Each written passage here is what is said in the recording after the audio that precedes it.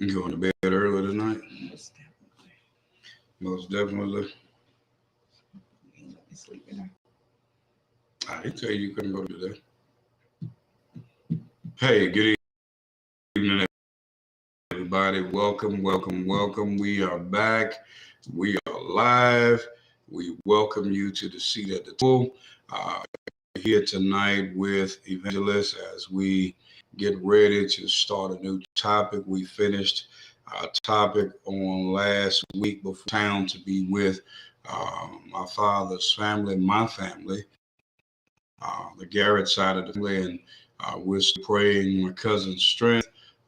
We're praying that God will be with him, all of Danny's brothers and their sister, his children. We're praying that God will continue to give them the peace and the healing that is needed. He so many lives over the 67 years of his life. He blessed so many people of every nationality. He did so many things over the course of his living. He did so many things that was just awesome. We met a deacon here in Florida of a Catholic faith, and he said, "Well, brother, we might be all on the same tree, and we all are part of our Father's children. And I'm praying for your family." So we met a guy. His name was Deacon Ed. We stopped at a gas station to refresh ourselves on our way back. And he was asking me where I was from. I said, "Well, originally from Louisiana, but live here in Florida now. I lived in Georgia for a while," and shared with him some things as he was letting his dog take care of his business. I was letting my dog take care of his business. And we just got to talking. And he said, "Well, brother, I'm praying for you and your family." And we exchanged our names. And I told him, I said, "Well, when we get on our live, I definitely will give a shout out to you, Deacon Ed." He said, "I'm a deacon in the Catholic Church, but it don't matter. We're both saved. We both know Jesus Christ. We both have a relationship with the Lord, and we family now." So we do give shout out to Deacon Ed, to my family, to the Garrett family, to the Robinson family, to the Singleton family, to all of my family. And also on Wednesday last week, my cousin James Love, his mother, Ann Love, she passed. And on this week coming up on Monday, down in New Orleans at Davis Mortuary, they will be doing one of my mama's cousins, her first cousin. They will be laying her to rest. Another cousin that gave so much love. Boy, they can cook their butt off, man. My Uncle Columbus, his daughter, one of his daughters, have gotten her rest. She had been sick for a while, but nevertheless, her life was filled with love, laughter, strength, teachings, pushing us and giving us things that will move us closer to the Lord as well. So on Monday, that will be laying on one of my family members on my other side to rest. So tonight, I want to look at the word foundation. And all of us should have a strong foundation. Doesn't matter where you come from. Doesn't matter what you look like. Doesn't matter what the color of your skin is. But foundation is essential. It should be quintessential. It should be one of those things that are important to all of us. Paul said in his writings to Timothy, 2 Timothy chapter 2, verse 19, Paul said these words to Timothy to say to the preachers, to the believers. He said, "Nevertheless, the foundation of God standeth sure, having this seal, let everyone that nameth the name of Christ depart from iniquity." So, when you look at foundation, it's something that is solid. It's something that it is definite. It has a definite, definitive purpose to what it is doing. It is secure. It holds. It is substantiated. It is something that is able to have whatever building on it rest upon it. If you have a one-story flat, when you put a foundation down, that means only one-story house going what they call a single-family residence. That means you got 4-bedroom, 3-bedroom, 2-bedroom house. It's going to be on it. When you have what is called a split family, that means there's two levels of what we call a two-story house. be able to be on that foundation. In other words, it has the strength to hold 2 floors. When they build high-rise buildings, they make sure that the foundation that is at the bottom is able to support that type of building. It has a foundation that is so deep in the ground that it has all of what is needed, the rods, the support beams, and everything that will be able to hold 3 or 4 floors, 10, 12 floors, 13, 14 floors, whether it's got 35 floors to the building, and all of the weight that's going to be in there. The bottom foundation is what supports the major part of that building. So foundation is important. So when you look at foundation, it is evident that when you get ready to put your structure up, you got to have the right kind of foundation to bear the weight that will be there. My grandmother always told me when I was coming up, she said, boy, you got broad shoulders, and them shoulders going to be able to carry a lot of weight. And there's some folk that don't have real broad shoulders, which means they won't be able to bear a whole lot of things in life. And it took me a while to really gather what she meant, because she meant throughout life there'd be a lot of things that I would have to deal with, go through, whether it was things that I personally allowed myself to get involved with, or whether it was things that God allowed to happen through life. So when you look at it, you have to make sure that you build on it. Our families, they're structured by foundation. Foundation is evident because you have to clear some things out to make sure the ground is prepared before the foundation is laid. You have to make sure that when you get ready to pour that foundation, whether it is a concrete foundation, whether it's a dirt foundation, whether it is a gravel foundation, that foundation is able to support the weight of the building that you're getting ready to build upon it, whether you're going to use cinder blocks or whether you're going to use brick as the foundation for the build your house upon it. The igloo, it has to have a supporting foundation as well. So when you look at those that live up in the north, whether they at the North Pole or whether they're in Alaska, they have to make sure that the foundation that is going to hold the structure is solid enough to be able to do that. So do you have foundation in what you're doing? Do you have that infrastructure that is able to support the building that is now built upon that foundation? Do you have supporting walls? Do you have the things that are needed to carry you throughout, so that when the wind blows, Jesus said, these things here, that he gave the parable of the 2 buildings that were built. One man built his house on sand, one man built his house upon the rock. And he said, when the winds blew, when the flood came, when the rain came, the man that built his house on the sand, his house was destroyed, real bad. But the man that built his house upon the rock, because it was built on a solid foundation. What is your faith built upon? What is your love built upon? What is your friendship built upon? What is your trust built upon? Hey, Kiefer, how you doing, brother? You got to make sure that the foundation that you have when you establish, we all establish friendships, early in life. When we on the playground, when we first, get on the playground with kids and we meet people, we establish the foundation of friendship, the foundation of trust, the foundation of love. We establish that because we begin to get to know people. We begin to find out about them. We want to know who they are, where they came from, what they like doing, why they like doing it, who they are, where they came from, who their parents are. Or we want to just know, do they enjoy playing the same kind of games that we play? Most of us, we shot marbles, we played jacks, we played hopscotch and all of these different things. People of my age or old, these are some of the things we did. We jumped rope. We used to see who can run the fastest. We had multiple races. We played on swings and things of this nature. We played on jungle gyms. So we got to know each other. We was around each other. We did different things. We played hacky-sack and all of these different things. And we established a rapport. That rapport simply meant we knew the kind of conversations. We knew whether we liked various comic books,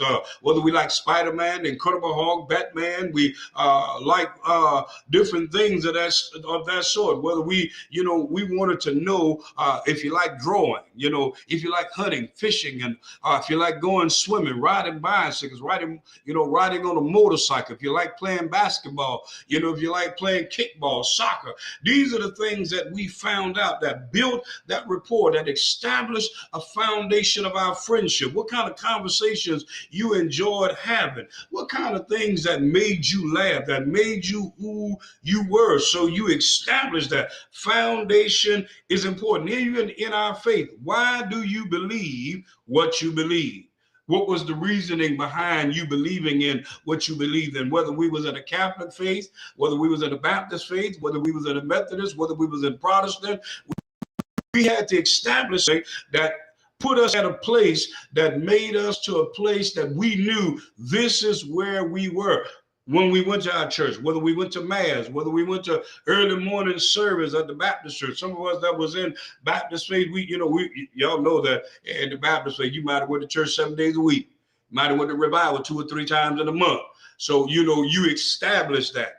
So when you look at foundation, it was something that gave you strong support. When you rode across the bridge, that bridge had supporting, things that supported it. It had a foundation to make sure that the cars that passed over it was able to bear the weight. When you get in the elevator, it tells you how many people can get on it because of the weight that it was able to bear, because of, the linkage that was in there. It might tell you it was only able to hold 3,300 pounds, which means you might be able to have folk that get in the elevator, 4 or 5 folk over 300 pounds can get in the elevator with you, and everybody else may be under 120, may be able to be 200 pounds. Anything over that, the elevator ain't gonna that weight, it ain't gonna bear it because they've already tested it with certain weights in it. So the foundation of it, the cables were only gonna be able to bear that. Any weight greater than that, those cables were gonna start to boom, boom, boom, boom, boom, boom, boom, boom, boom, and the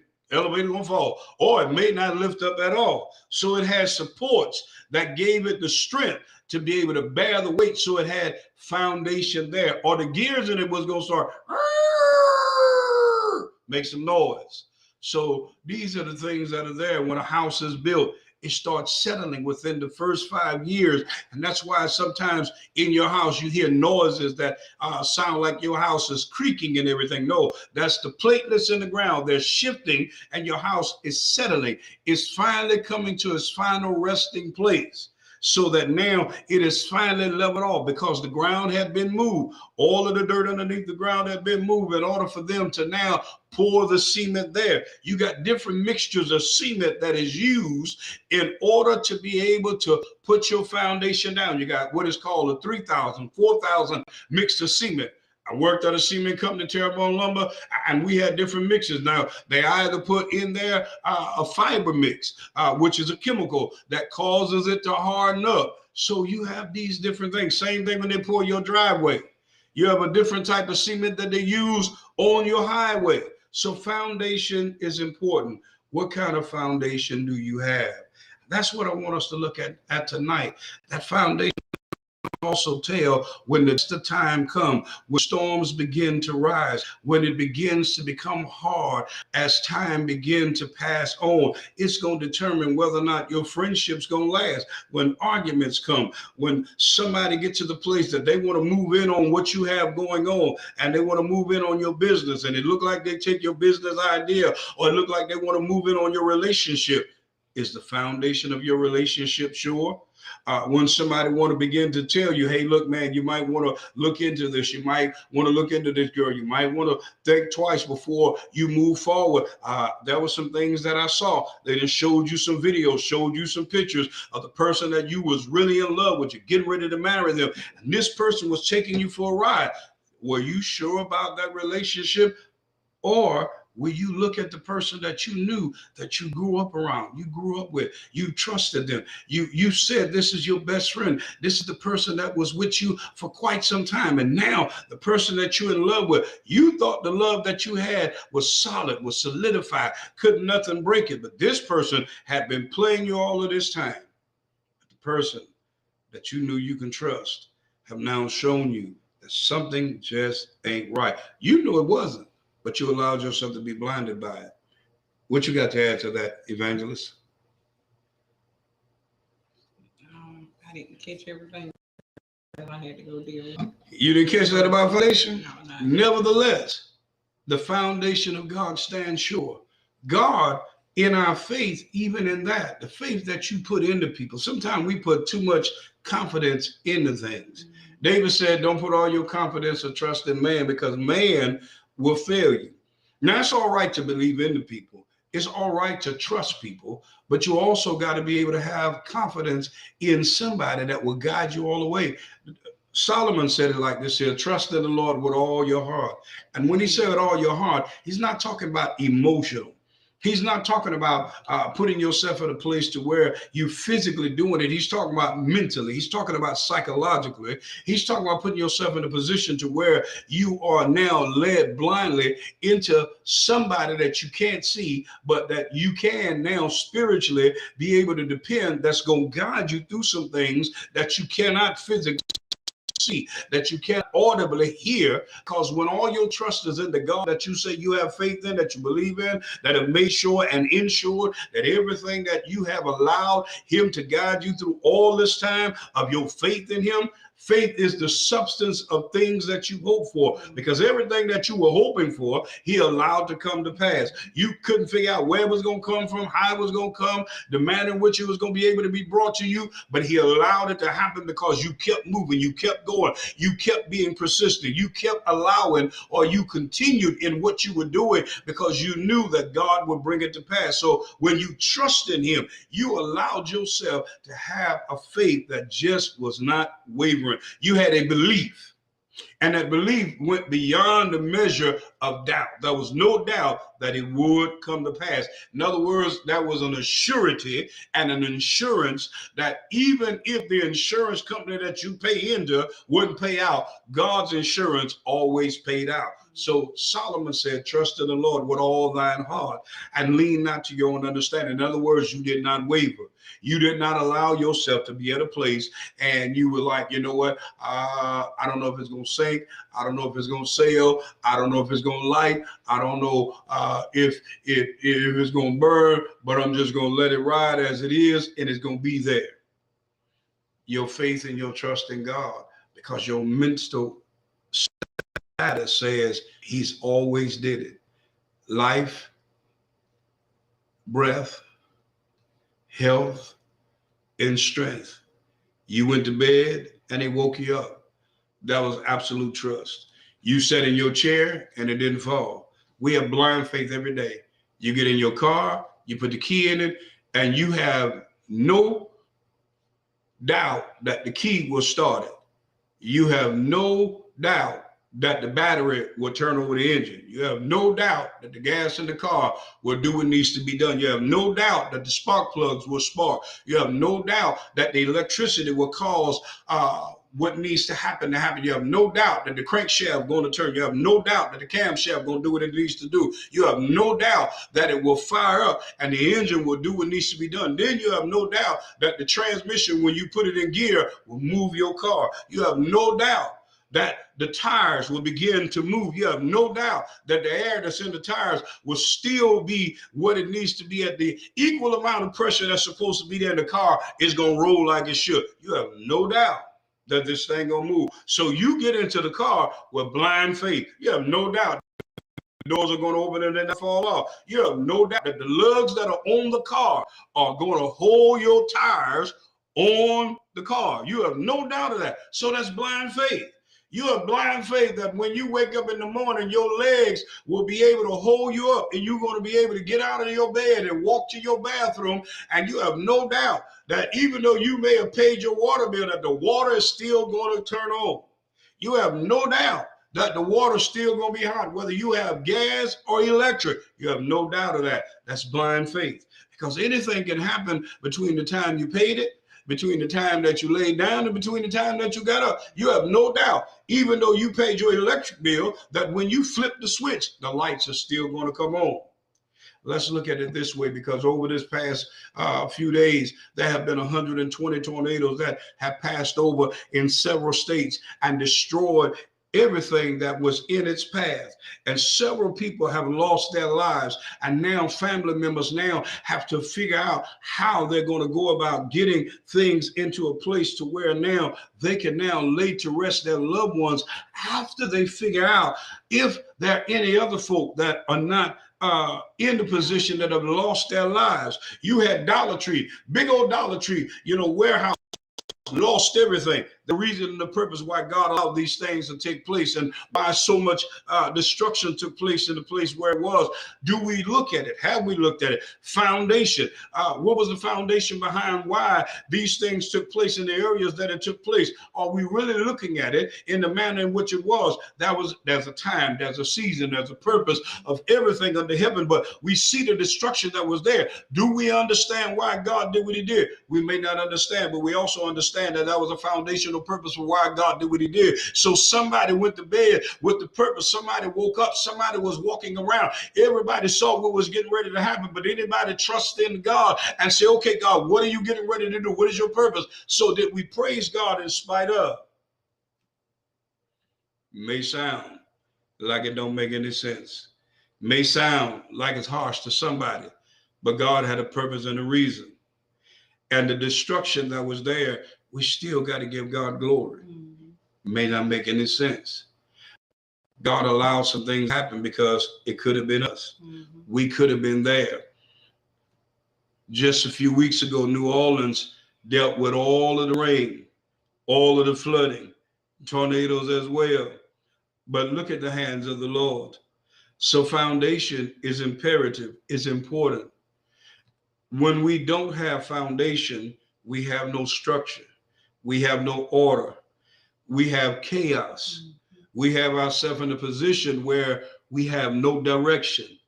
We have no purpose. We have no idea of where we're going and how we're going to get there. We're like a tumbleweed that whichever way the wind blows, that's the way we go.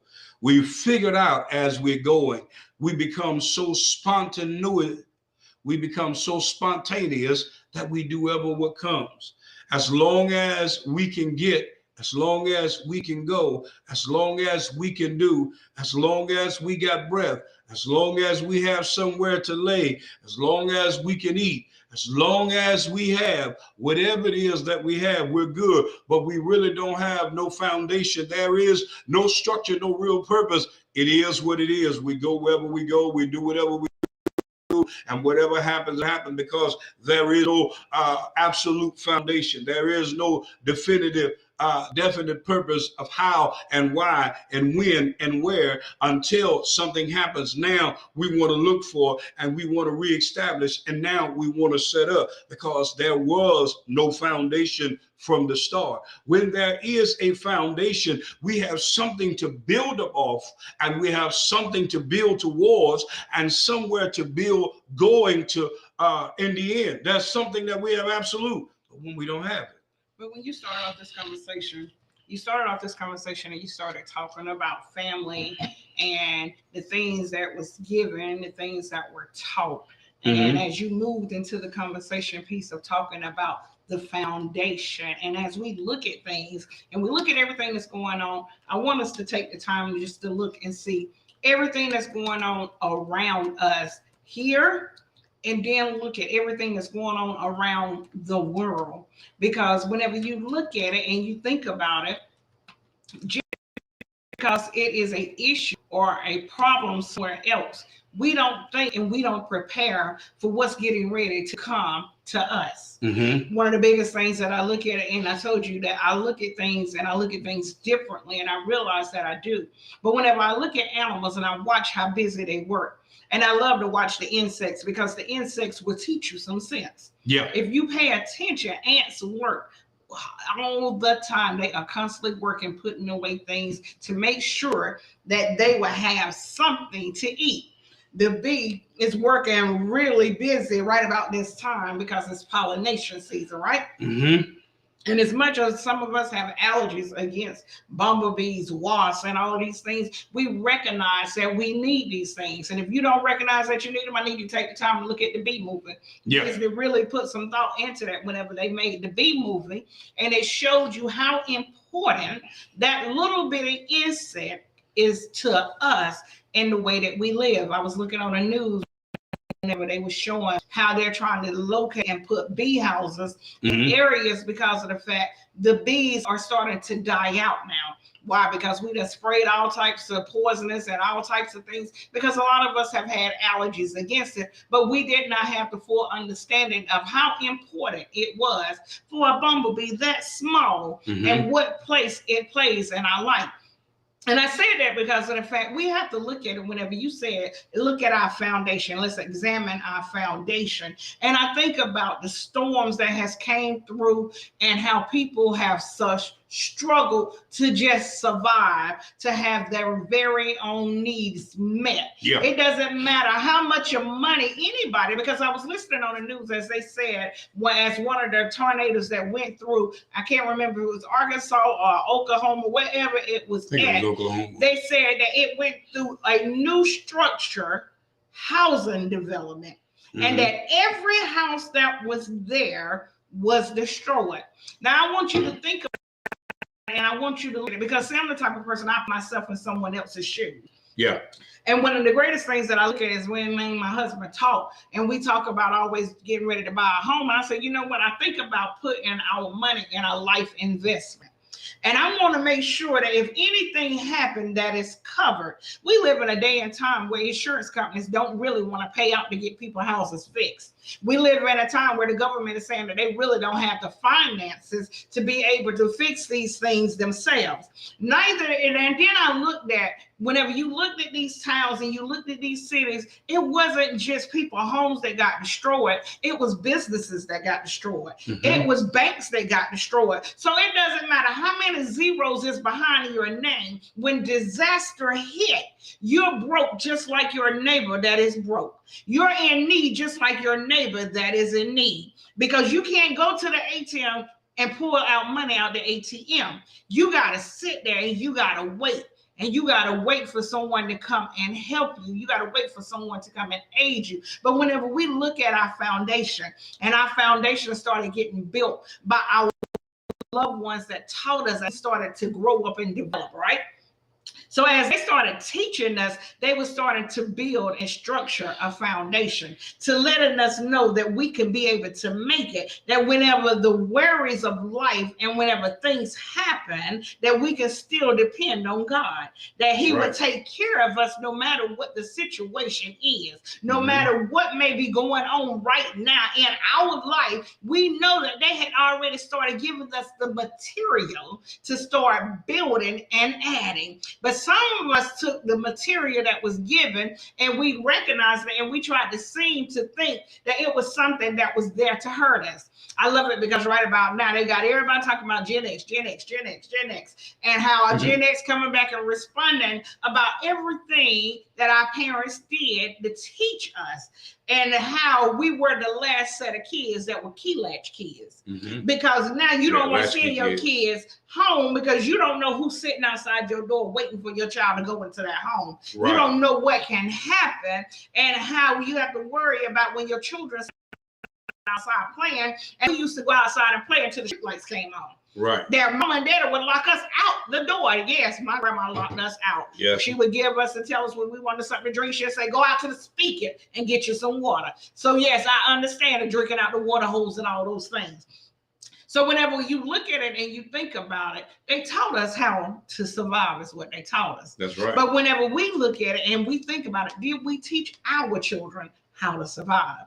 Did we give them what was needed for them to be able to build on the foundation that we has given them? Did we give all that we could give them to where they can build a house and they can know that the house that got built was not made by man's hand? You get what I'm saying?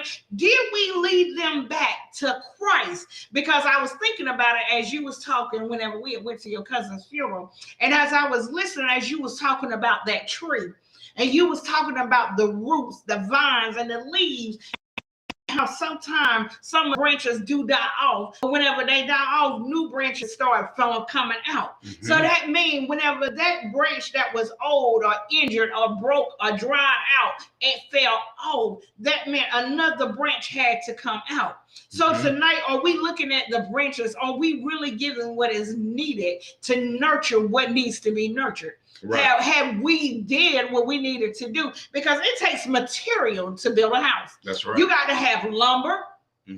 that comes in different sizes. Yeah. You got to have what is needed for the interior, the exterior of the house, right? You got to have what it takes to build the roof.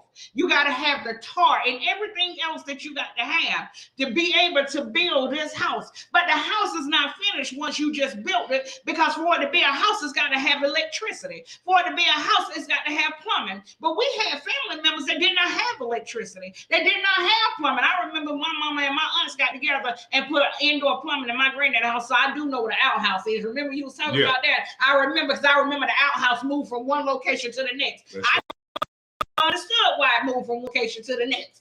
But I remember those things because those were things that they did not have. But it showed me that whenever we didn't have these things, we had to work to get them. But then as I started getting older and I started listening, as my uncles and everybody started talking, they said the water that got ran to the house, Daddy did hose with his hands to run lines to the house so that the house would have indoor plumbing. So whenever they went to run the lines from the tap into the city, after they did the plumbing, they had to have a plumber to come out there to do that, because what he did was only a temporary fix to bring water into the house for his kids. So they was able to teach us, to show us, as when life came, that they was being able to overcome. Tonight, can you overcome your situation? Yes, you can, because you got to look at the people that came before you. You got to look at what they did to survive. They had less knowledge than you and I ever had. They had less schooling than any of us ever had. But are we really learning? Are we really applying what has already been taught? Are we using tools? If you give a man a hammer and he just swinging a hammer and damaging the wood, you have not taught him how to use the tool. That's right. Because in order to use a hammer, you got to make sure you keep your eye where you going. Because if you don't, I know when you start off a nail and you hold that nail right there, if you ain't paying attention to what you're going to do, you're going to either tear your finger up. That's right. So when are we really learning how to apply the tools? We know the word, we sit up under the word, we can quote the scriptures, but can we apply the scriptures to our life? Go ahead. And I mean, and that's a part of foundation, because foundation helps give you structure, it helps give you direction, it helps, begin to guide you where you go. Because if there's foundation have guidance, structure, it has purpose, it has direction, it has a definitive, definite purpose of what it is that's doing. And that's what we came up under. You're right. So when you look at what you just said with Generation X, not only did they teach us how to be latchkey kids, and when you got off the bus, when you got home from school, but the neighbors was also watching out for you as well. Lord. You didn't have to worry about when you got home. That was always somebody, a neighbor in the neighborhood, that saw you get off the bus, saw you go to that house. Yes, they knew Lord. Where you were going. And even when you was outside till the street lights came on, you knew that you had to be inside at a certain time. You knew what to do. You didn't have to worry about all of the chemicals that they have now in the water. So you could drink out, as you call it, the spigot. We call it the hose pipe. You know what I'm saying? Or the faucet, whatever one you want to call it. We had cisterns back where I was from. We had a metal system. We had the big old wooden system where I was from as well. So you knew you can do that. You played in the fields and what have you. You didn't have to worry about a whole lot of runoff of the chemicals that were there. So foundation was there because you were given instructions. You were taught. You wouldn't just, put in a position to where you had to figure it out. They showed you what to do. You were given that structure in prayer. You had foundation in prayer. You had foundation in what the word was. You had foundation in what faith was. You had foundation in what church was. You had foundation in what life was. They taught young men what it was to become a young man, to go into manhood. They taught young women what it was to become a young lady, to go into womanhood. They gave you the instructions on what it was to go into relationship if you were planning on becoming, a husband or a wife. We don't have that now. It is what it is. You do what you do. You get into it. It wasn't about a whole lot of things that we have now. You were taught and you learned how to do it. It wasn't just, all right, whatever you want to do. Did you have a whole lot of error? Yeah, that was error, but it wasn't like it is now. It wasn't, under the table hidden. And what was hidden, it was hidden for your own safety, so that you didn't get caught up in a whole lot of mess, a whole lot of junk. So when you look at foundation made sure you were building up on the right thing. excuse me, you wasn't just building up on anything. When you have the right foundation, you build on the right thing. If you was using wood, if you was using concrete, if you was using brick, you knew how to do it. So in my family, we had electricians, you had bricklayers, you had cement finishers, you had plumbers, you had all of these folk, and they taught you exactly how to do these different things. My mama had two brothers, they were carpenters, so they knew how to build a house from the ground on up. My brothers, they were there. They were roofers as well as carpenters, so they knew how to bring the house from the bottom all the way up to the top. They knew how to lay foundation. Had cousins that knew how to be able to start the foundation, dig out, for the foundation to be laid. They were bricklayers as well. So they knew what to do to form up for the foundation. They knew what to do to dig the trenches, to be able to start laying the bricks and everything. So it was put to a place to where you understood what the trade was. We had cousins that were plumbers, so they knew what it was. My father and I helped the two plumbers that were in the neighborhood, so we knew what it was to bring the outhouses from being outhouses to bring indoor plumbing. So we knew how to dig, the cisterns and all of that other stuff, and dig for people to have their plumbing and stuff. So it wasn't nothing to do these things, but you were taught how to do it. So when you look at it, that was a foundation of being able to know how not to be lazy. You knew what to do when it came down to working. You knew how to do several different things. So I was taught how to work on cars. I was taught what it was to do plumbing work. I had a cousin that worked for Sleeker. So there was things that you were taught when it came down to being an electrician. So there were many things that you were taught. So you were given a foundation in something. So if you didn't want to go in one direction, you had another direction to go in. So you wasn't just stuck in one area. That's what foundation does. It gives you the option of being able to be in position to make a decision on what area you want to go into. So when you look at foundation, it gives you a purpose. It gives you a direction. It gives you a sense of motivation.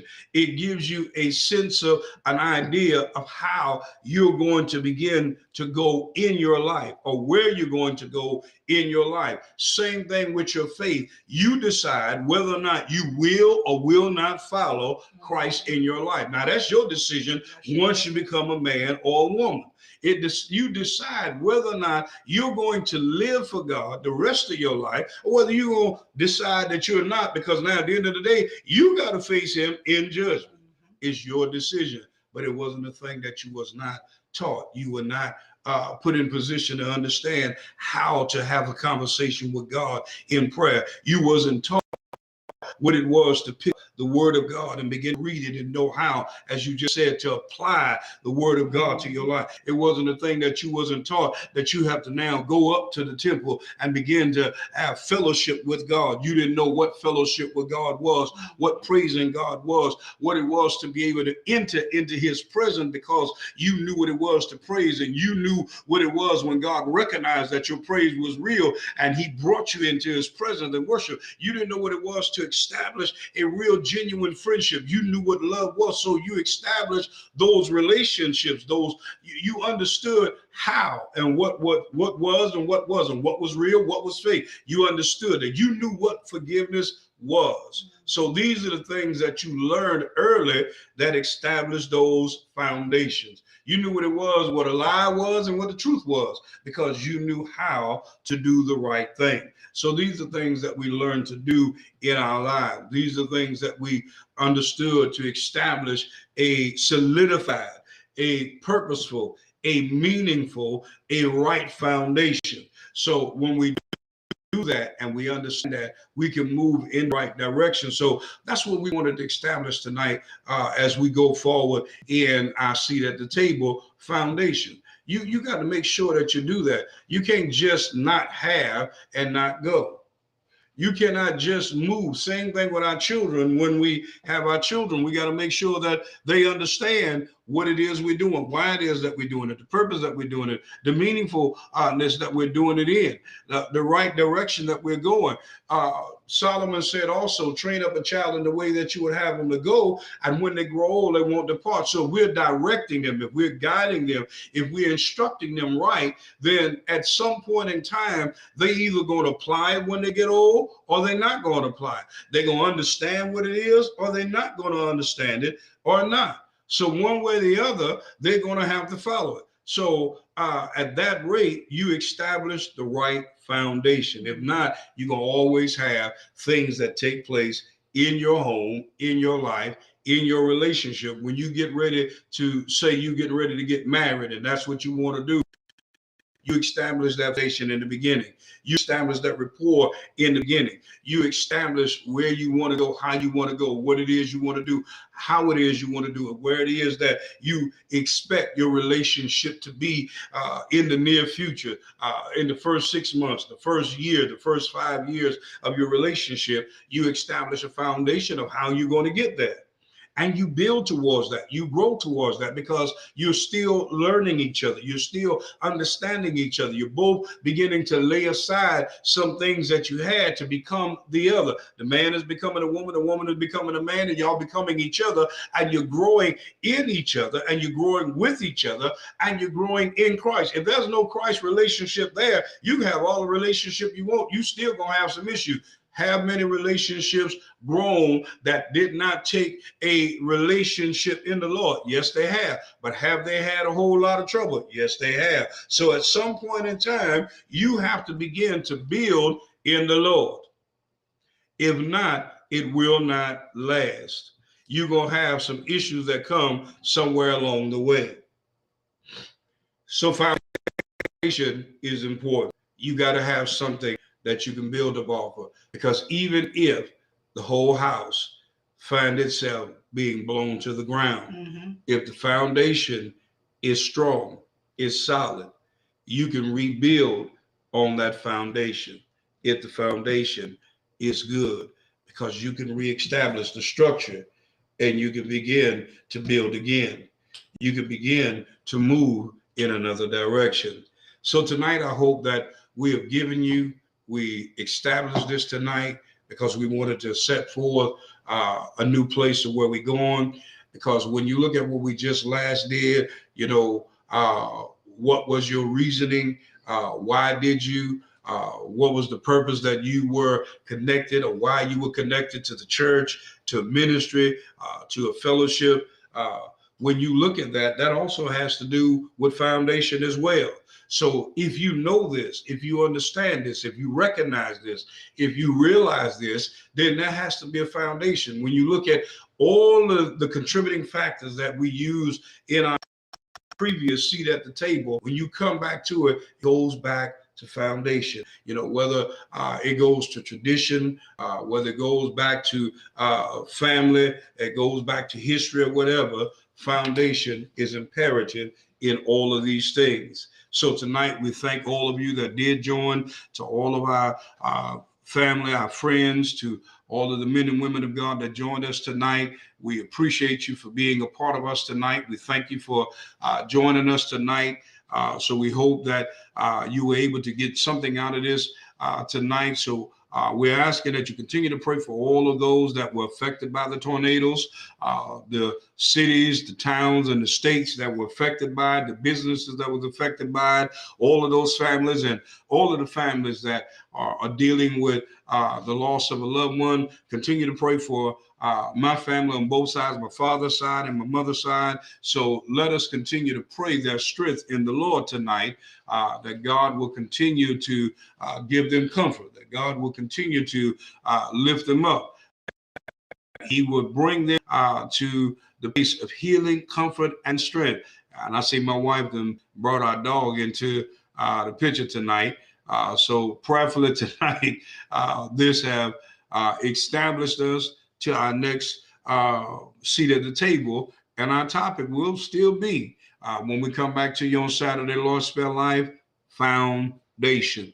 And we'll take and give some definitions, and we'll go a little bit deeper if the Lord is willing on Saturday night as we deal with the topic foundation. So God bless you. God keep you tonight. The peace of God be with you. The strength of God always walk with you. And the love of God always abide with you as the Spirit of the Lord guides you in all things will always be our prayer. We love you.